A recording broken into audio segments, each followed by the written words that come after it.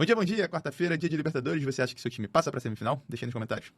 Mas antes disso, a gente tem um pregão. E depois da gente ter um belo de um dia para o nosso mercado brasileiro, o EWZ índice em dólar brasileiro lá nos Estados Unidos subiu 2,45%. Isso com o índice Bovespa que subiu 1,22%, muito puxado por ela aqui. Vale que subiu quase 5%, que por sua vez foi puxado aqui pelo minério de ferro, que hoje sobe mais 1,31%. Ontem tinha subido mais de 5%, chegando a 96 dólares. Então hoje, bom sinal que o minério de ferro ainda está subindo. E o minério de ferro subiu por conta dos estímulos que a China anunciou ontem. E ontem, assim que saíram os estímulos, estava muito óbvio que o nosso mercado ia subir. Até porque ele tinha apanhado alguns dias consecutivos. E para fechar o pacotão de coisas que deram certo ontem no Brasil, a gente teve um dólar que caiu ao longo do pregão 75 pontos, fechando em queda de 1,59, isso dólar futuro. E a gente teve também a curva de juros, que desceu ao longo de toda a curva, aliviando muito do prêmio de risco que estava sendo contabilizado por conta daquele relatório bimestral, por conta do fiscal. Então chegamos a hoje. Hoje a gente tem às 9 horas, logo na abertura, o nosso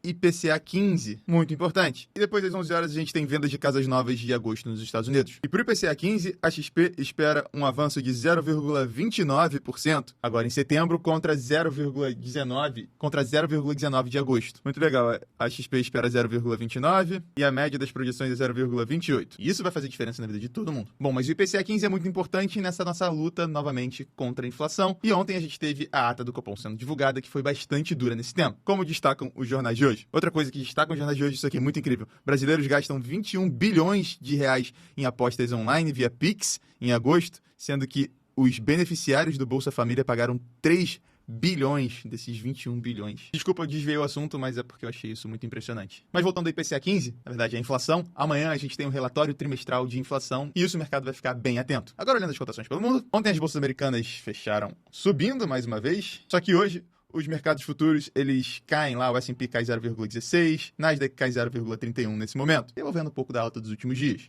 Natural. Na Europa, a gente tem o Eurostoxx 600 caindo 0,13, enquanto o Eurostoxx 50 cai 0,42. E aí a maior diferença aqui, que está mais segurando na Europa, é... E aí quem está segurando aqui o desempenho do Eurostoxx 600 é a Novo Nordisk.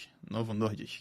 E adivinha quem é essa companhia? É quem faz a Ozempic, e ontem ela defendeu lá contra os Estados Unidos o motivo de ter o preço muito mais caro das drogas nos Estados Unidos que nos outros países, provavelmente tem a ver com isso. E o Ozempic, se você não sabe, é aquele remédio para emagrecer. China, a gente tem mais um dia a China subindo na carona dos estímulos anunciados ontem. Como eu já falei, minério de ferro 1,37 de alta. Barril Brent de petróleo, que pegou uma caroninha também nos estímulos da China, mas agora está recuando 0,74, mas ainda na casa dos quase 75 dólares, né? 74,60. Dólar DXY, dólar contra as principais moedas do mundo ainda na casa dos 100 dólares. Nada novo por ali. E contra as emergentes, o dólar opera misto, sem muita volatilidade. Bitcoin também sem nada muito novo, ainda na casa dos 63.500 dólares. E para fechar, às 5 horas, hoje a gente tem o Haddad participando de evento. A gente, às 5 horas, também tem membro do Fed falando. Nos Estados Unidos, esses últimos dias que a gente não tem tido tanta volatilidade assim. Amanhã a gente vai ter o Powell falando. E na sexta-feira a gente tem o PCE, que é aquele relatório de inflação nos Estados Unidos, que pode talvez causar uma volatilidade dependendo de quão fora vier ou quão dentro vier a inflação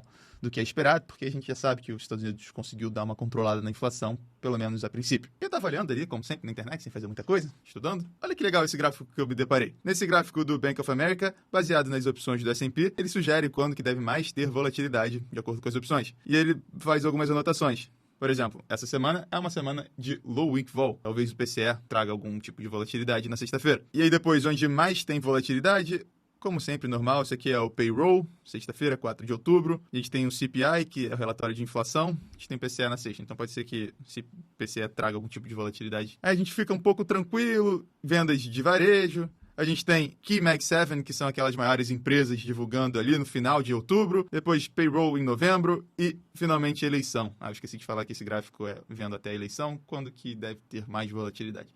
Mas é sempre legal dar uma olhada e ver o que a gente tem pra frente. Por isso que eu quis trazer aqui. Por hoje é isso. Muito obrigado pela atenção. Bom dia, bons negócios e até amanhã.